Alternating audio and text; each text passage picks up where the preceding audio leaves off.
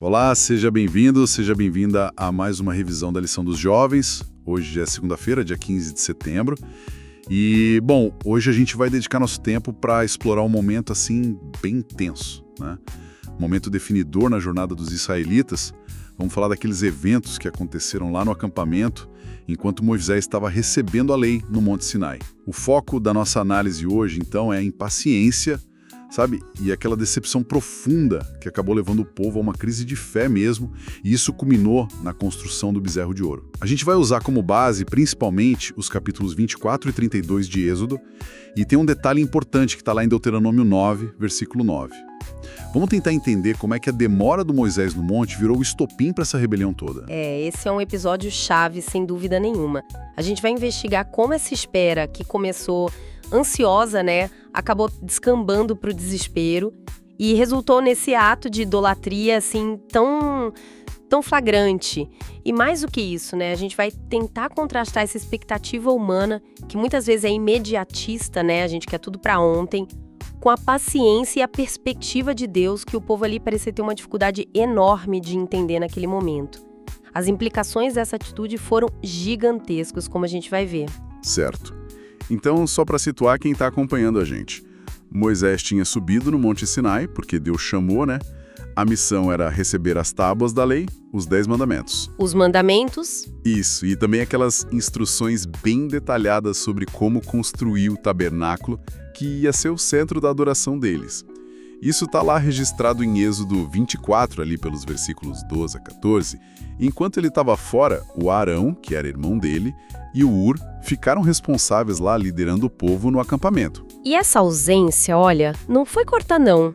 Êxodo 24, 18 e também Deuteronômio 9.9, eles nos dizem que Moisés ficou lá no monte por 40 dias e 40 noites. 40 dias. 40 dias é um tempo muito... Ele é carregado de simbolismo na Bíblia, né? Muitas vezes está associado à aprovação, à preparação.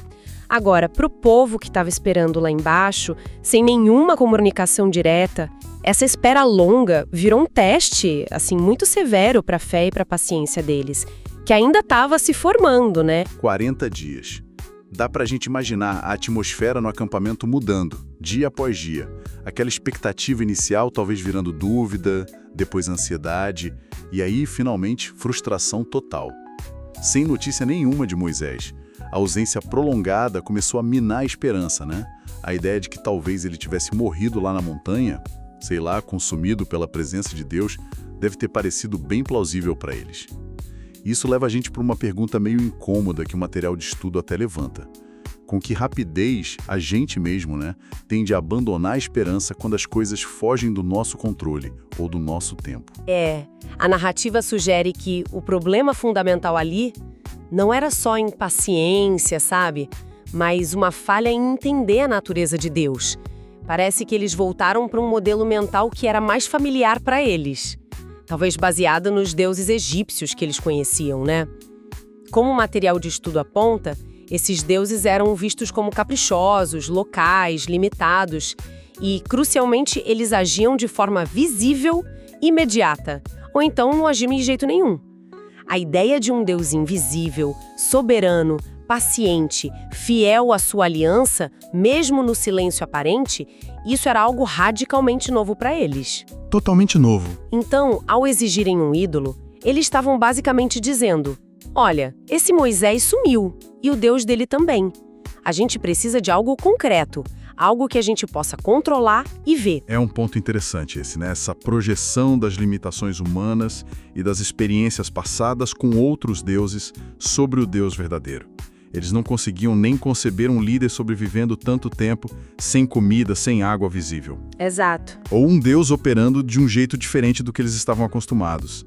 E essa passagem do extraordinário experiência no Sinai, o Monte da Glória, de volta para a espera do dia a dia, isso parece ser um ponto de ruptura bem comum na jornada espiritual, né? A história serve como um alerta muito forte sobre a necessidade de cultivar a confiança justamente quando a presença ou a ação de Deus não são óbvias, né?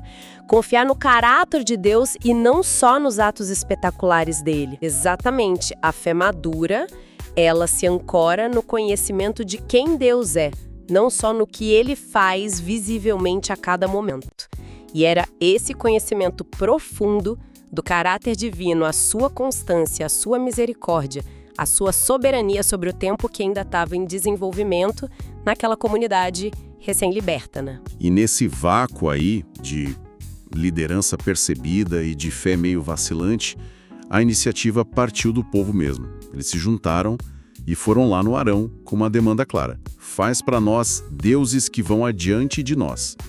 Eles queriam algo visível, tangível, talvez espelhando os ídolos protetores ou aqueles estandartes divinos que eles viam outras nações usarem, né? Uma volta para o conhecido, para o que parecia seguro. E o Arão, nesse momento tão crítico de liderança, ele cedeu à pressão popular. A narrativa não diminui a responsabilidade dele, não. Ele instruiu o povo a trazer as joias de ouro, especificamente os brincos das mulheres, dos filhos, das filhas. É até irônico pensar que esse era o mesmo ouro que eles tinham recebido dos egípcios lá na noite do Êxodo, né? Verdade. Aquilo de Êxodo 12. Isso, quase como uma compensação pela escravidão, e agora esse símbolo de libertação e provisão divina estava sendo usado para criar um ídolo. E a escolha da forma, né? Um bezerro ou talvez um touro jovem. Por que essa imagem especificamente? Tinha algum motivo? Olha, a escolha não foi aleatória, não. E ela carrega múltiplas camadas de significado, como o material de estudo até sugere. Primeiro, o culto a touros era muito prevalente no antigo Oriente Próximo. Lá no Egito, de onde eles tinham acabado de sair, o deus Apis era representado por um touro vivo, símbolo de força, de fertilidade. E em Canaã, para onde eles estavam indo, o deus Baal também era frequentemente associado a um touro.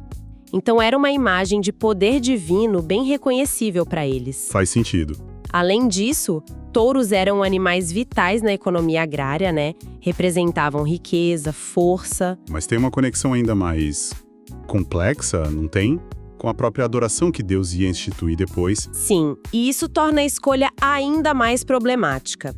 Mais tarde, lá no livro de Levítico, por exemplo, no capítulo 4, Deus ordenaria o sacrifício de novilhos ou touros jovens como oferta pelo pecado, principalmente pelos pecados de toda a comunidade ou dos sacerdotes. Então, ao escolher um bezerro de ouro, eles estavam pegando um símbolo de poder pagão que eles conheciam, com valor econômico e talvez até distorcendo um elemento que teria um lugar legítimo, embora diferente, na adoração futura a Yahvé.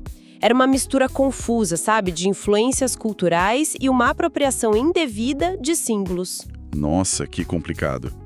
A construção do ídolo em si já era uma violação direta do segundo mandamento, né?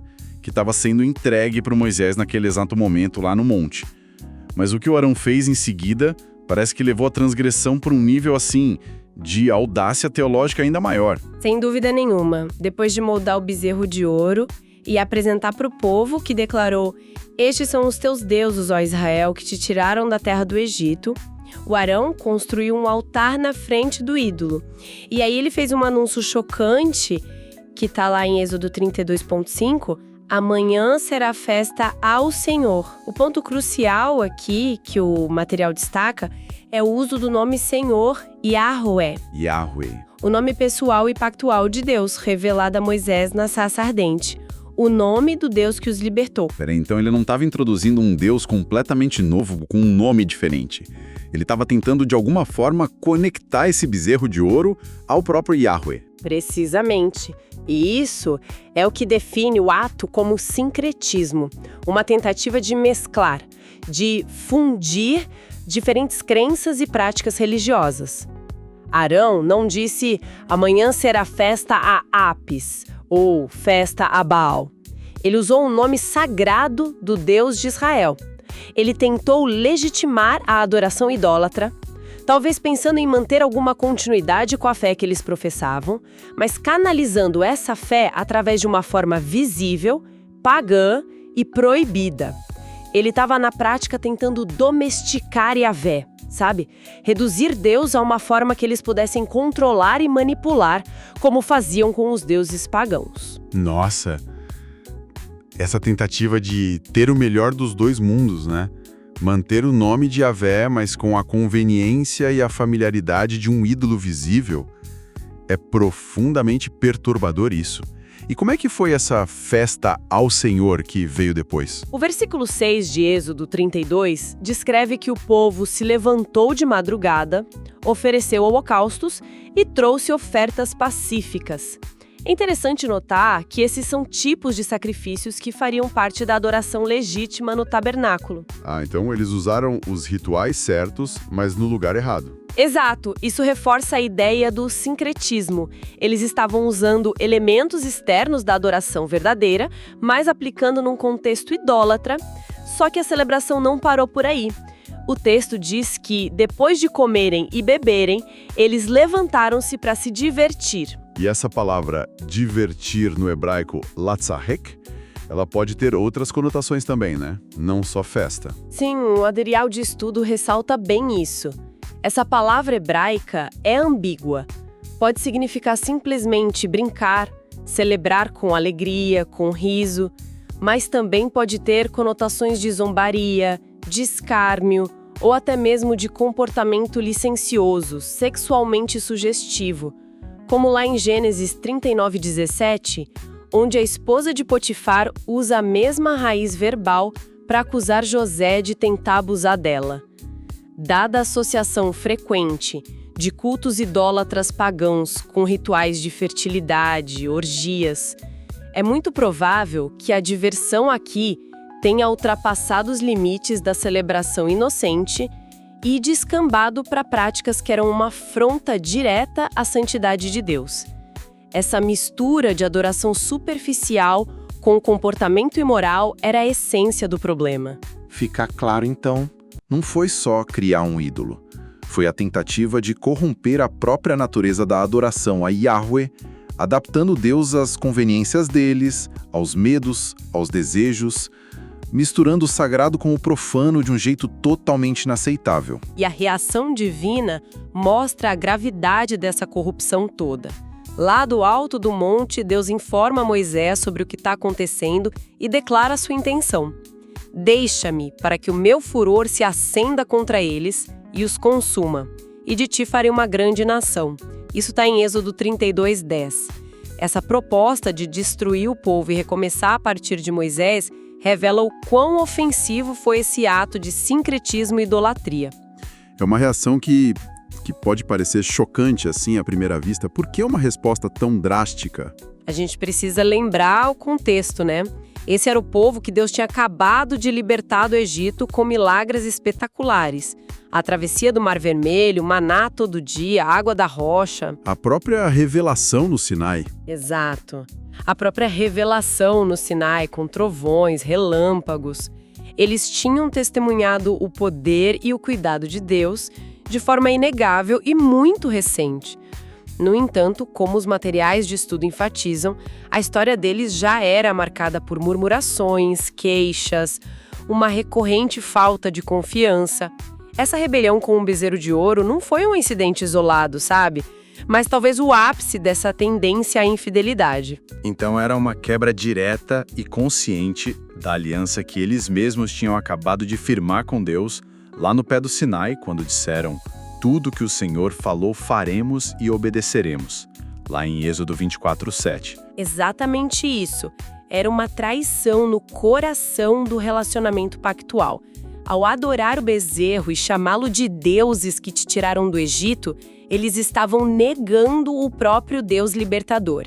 E ao misturar o nome Yahweh com essa prática, estavam profanando a sua santidade, a sua natureza única. A reação divina, embora muito severa, reflete a importância para Deus de preservar a integridade da aliança e a sua própria honra.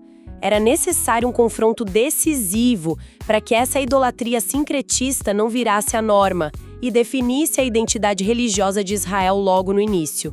A intercessão de Moisés, que vem depois, é outro capítulo fascinante.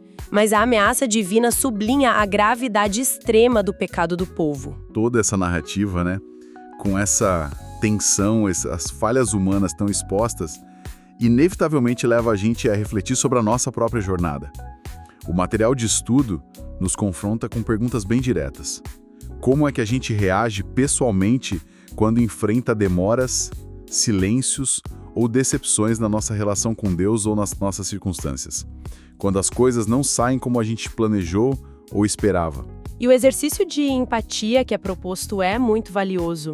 Tentar se colocar na perspectiva divina, ou mesmo na de Moisés. Imaginar o sentimento de ter investido tanto libertação, cuidado, revelação num povo, só para ser rapidamente esquecido ou trocado por uma solução mais fácil, mais imediata, no primeiro momento de dificuldade prolongada.